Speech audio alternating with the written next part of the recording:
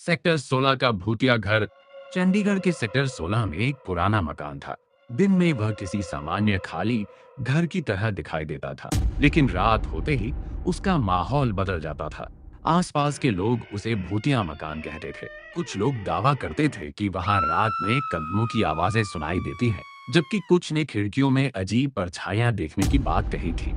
साल 2024 की एक ठंडी रात थी।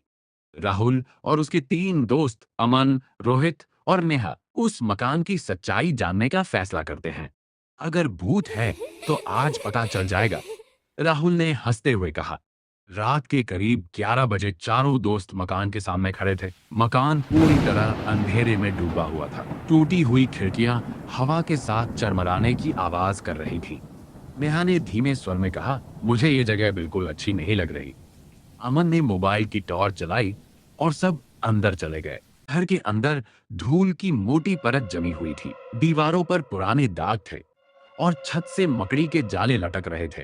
हर कदम के साथ लकड़ी का फर्श चरमराता था। अचानक ठक ठक ठक ऊपर की मंजिल से किसी के चलने की आवाज आई। चारों दोस्त एक दूसरे को देखने लगे।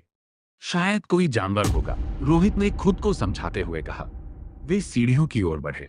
जैसे ही वे ऊपर पहुंचे, उन्हें एक कमरा दिखाई दिया जिसका दरवाजा आधा खुला था। अंदर से हल्की सी रोशनी आ रही थी। ये रोशनी कहां से आ रही है? राहुल ने हैरानी से पूछा।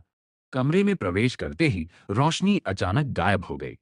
अब वहां केवल अंधेरा था। तभी नेहा ने कांपती आवाज में कहा, वो खिड़की के पास कौन खड़ा है? सबकी नजर खिड़की की ओर गई। उन्हें एक सफेद आकृति दिखाई दी। वह बिल्कुल स्थिर खड़ी थी। अमन ने टॉर्च उसकी ओर घुमाई, लेकिन अगले ही पल वहां कोई नहीं था। कमरे का तापमान अचानक बहुत ठंडा हो गया। रोहित के हाथ कांपने लगे। हमें यहां से निकलना चाहिए, उसने कहा। तभी नीचे से किसी के जोर जोर से दौड़ने की आवाज आने लगी,